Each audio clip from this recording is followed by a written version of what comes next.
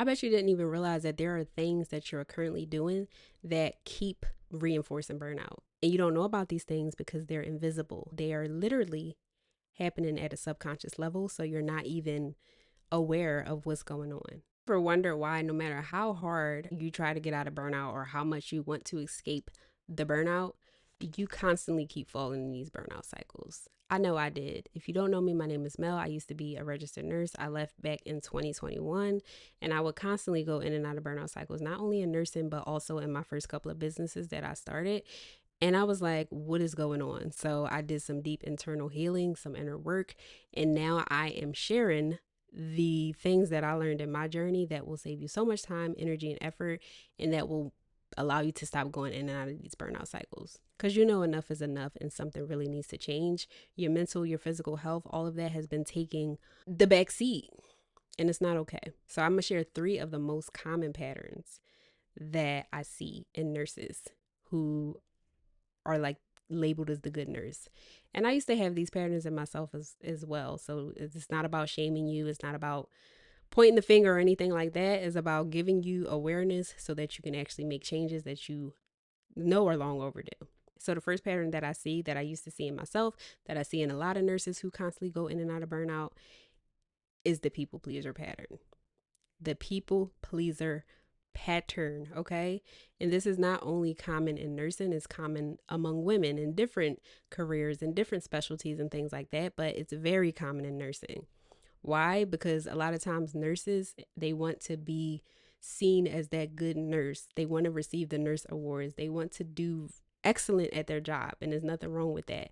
But a lot of times nurses fall into the people pleasing patterns when it comes to their patients and the family members that they deal with on a day-to-day basis, when it comes to their boss, when it comes to their team members, when it comes to people outside of work, even the people at home. On an unconscious level, you want to be chosen so badly. You want to please people so badly. You want to be loved so badly and accepted so badly that you're willing to give it all. You have this chronic habit of overgiving yourself, overgiving your heart, overgiving your energy, your time, and your effort. And you're so busy with putting everybody else first, trying to make sure everybody else is good, that you keep falling on the back burner. So you're in this chronic habit of pleasing people while you suffer. Make sure you're taking notes too. So the next pattern that I see, that I've seen in myself, that I see in so many burnt out nurses, is that you want to do everything perfectly. You have this perfectionism trait. You have this perfectionist in you. You want to make sure everything is done right. You want to make sure things are done as perfectly as possible. And as I'm saying this, it just, like, we know that nothing is perfect. We know that we aren't perfect. Conditions aren't perfect. Nothing is perfect. But yet there's still something in you that tries to make things perfect. And with that comes a lot of time, energy, and effort being poured into these things, as opposed to you putting out something or doing something that's done. There's a quote that I love that my brother shared with me, which is, done is better than perfect. And this has helped me on my recovering perfectionist journey, because with the amount of energy and rumination and effort that you're putting into trying to make everything perfect, that's energy that's being taken away from you, from pouring into yourself. With this one, it's likely hard for you to delegate tasks. So this can either be at work, this can be outside of work. Where in your life is it hard for you to allow people to step in and help you? Because you feel like if you give them that responsibility, if you let them help you with this task, it might not get done right. It might not get done to the level of your standards. And I get it.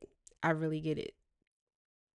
Because you want things to be done in a certain way, but that can't happen at the expense of your sanity, your peace, your mental, your physical health. Because the more you stress and worry about things being done perfectly, the more energy that's being poured into the worrying, the stress, and that's literally taking precious, vital, life force energy from your body. So you don't want people to get things, you don't want people to get it wrong, so you don't delegate. And that makes you take extra responsibility on. That makes you overly responsible for things. And I'm thinking of a specific time in my journey where I was doing Airbnb after I left nursing. I had 7 Airbnb units, and I literally did not trust people to clean it a certain way, to clean it to the level of my standards. So I took on all the hats of managing, operating the Airbnb. I had some help too from family members that stepped in, that I paid, but I would always find something that was wrong. And it got to a point where I was like, I'll just do it. Let me just do it. Let me just clean up. And I ended up burning myself out because I wanted things to be done perfectly or done to my level of perfect standards, what I thought. But that took time, energy, and effort from me because I didn't trust people to be able to show up to the standard that I expected. So do you see how these things not only show up in nursing, but whatever you decide to do after nursing, like these patterns will follow you if you don't start doing the inner work, the internal work that so many people try to avoid, the uncomfortable work sometimes, the unconscious work, the identity shifting work that needs to happen in order to really start unlearning and reprogramming, rewiring your mind so you're not automatically doing these things on autopilot. Because the subconscious mind is responsible for 95% of the behaviors, patterns, and things that we're doing on a day to day basis that we're not even aware of. So until you become aware of it, until you are aware of what's going on and you can identify and be like, oh, okay, here I'm doing this, this, and this. That is only then is when you can start shifting your identity to the version of yourself who is not burned out all the time, to the version of yourself who allows other people to help you and support you. But we're going to get more into the actions that you can take. I just got a little passionate and excited. So let's get into the third one. The third pattern that I had in myself that I see so many burnt out nurses have that are trying to be that good nurse is the fact that you tie your worth to you being a nurse. You tie your worth to your role as the nurse. And there's nothing wrong with being proud of your accomplishments. There's nothing wrong with you being proud that you're a nurse, but it becomes dangerous, it becomes harmful when you can't separate who you are to your core, who you are as a person outside of your nurse identity. This is why so many nurses get burned out and they don't know who they are outside of the profession because they've become so it's become so embedded in them that their worth is tied to what they do for work. And no, it's not said in a way that's like um it's not like a thing that's said blatantly. It's so subtle in society. We're literally trained to get our worthiness from what it is that we do for work. What's the first thing that people say when they're getting to know somebody? What do you do? What about who are you? What do you do in your free time? Who are you as a person? We come from, I feel like we're getting out of it now, but we come from a culture where hard work was the answer for everything. It was a hustle culture. It was a culture that was like nobody cares, work harder. You know, the shirts and everything. I always see the shirt that says nobody cares, works harder. Nobody cares, work harder.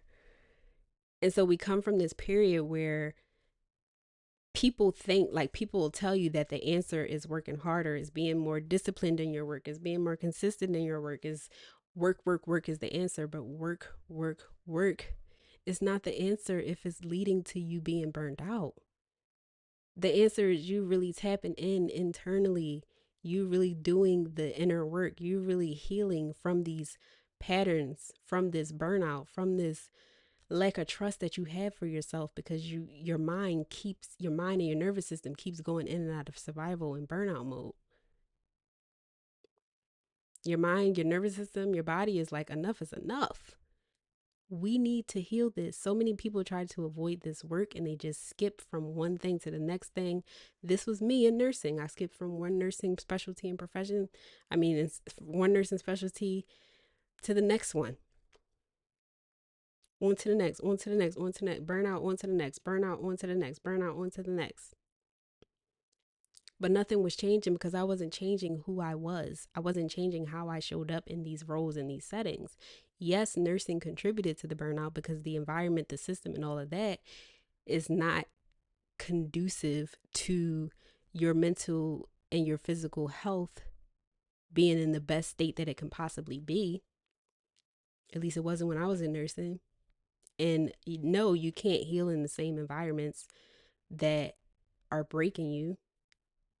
Yes, sometimes takes you stepping away from the environment that you keep getting burned out in order for you to see clearly, in order for you to really start showing up for yourself in a different way. And that was my journey. But you also have to do the work from the inside out, because everything that's going on inside, all the patterns, the behaviors, that 95%, that subconscious mind that's in control of our automatic behaviors and programming and all of that, that's running in the background, and that's making you unconsciously choose the job that's causing burnout. It's making you unconsciously choose the connections that's causing the burnout. It's like the reticular activating system. It's only it's only seeing the conditions, people, and situations that are likely to add to the burnout.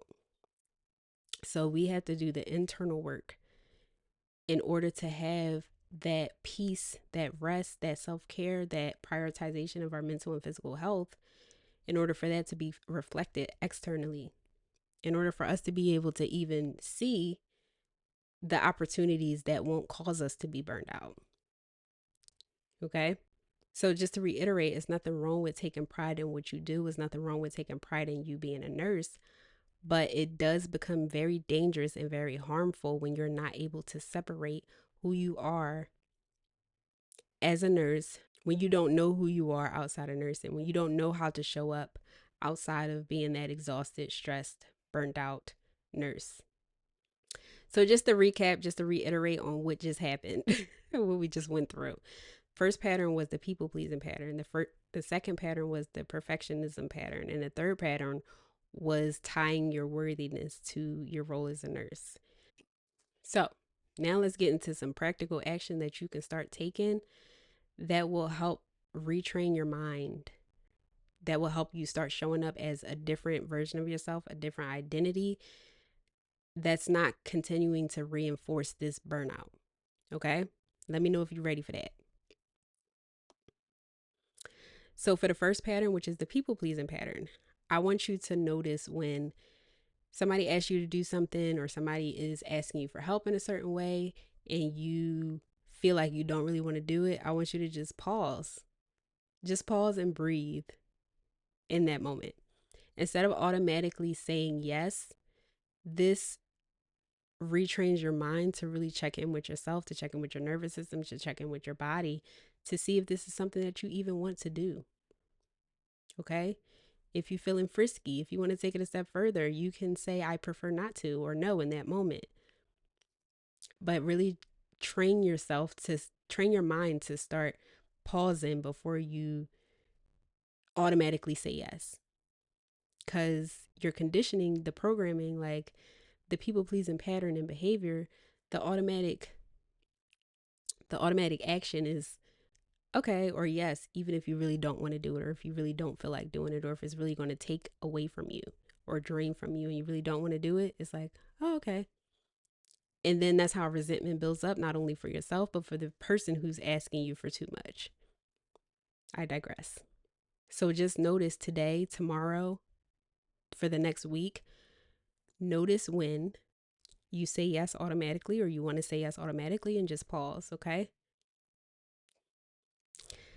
So for the second pattern, which was the perfectionism pattern, the action that I want you to take this week is to delegate one small task to somebody.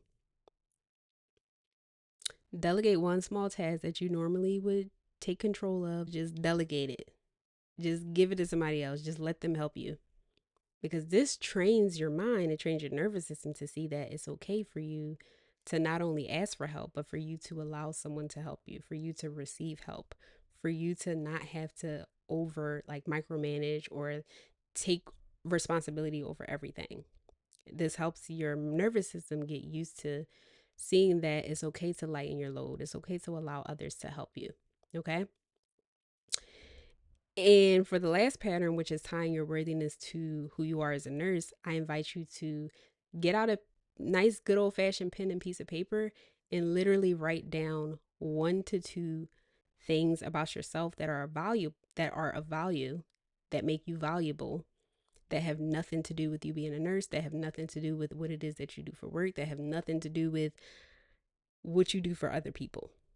Because this trains your mind to see that you are worthy just because you exist.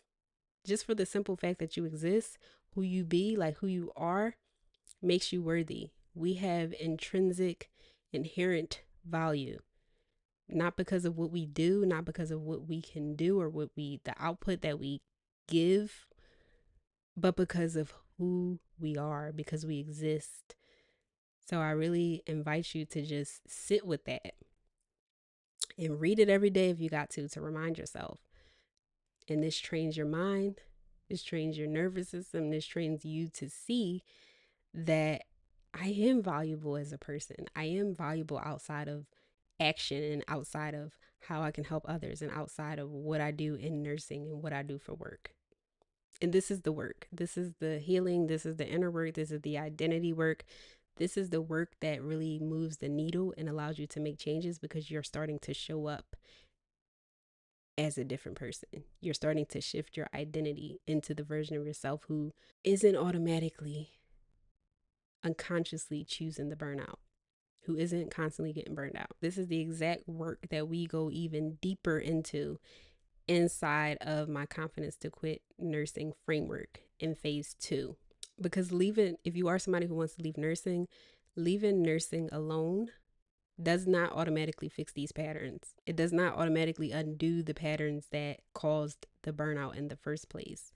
And if you really are a nurse who is open to inner work, you're open to, like, you want to learn how to put your mental and your physical health first, you want to stop being burned out, you want to prioritize your self-care and your health, you my people. You are really my people. So if this resonated, I write more about identity shifts and life outside of nursing, transitioning out of nursing, and breaking burnout patterns and all that good stuff, that all the stuff that happens along this journey in my Substack newsletter. So if you're interested in that, I'm gonna put the link down below so you can read along. And yeah, this was a great video.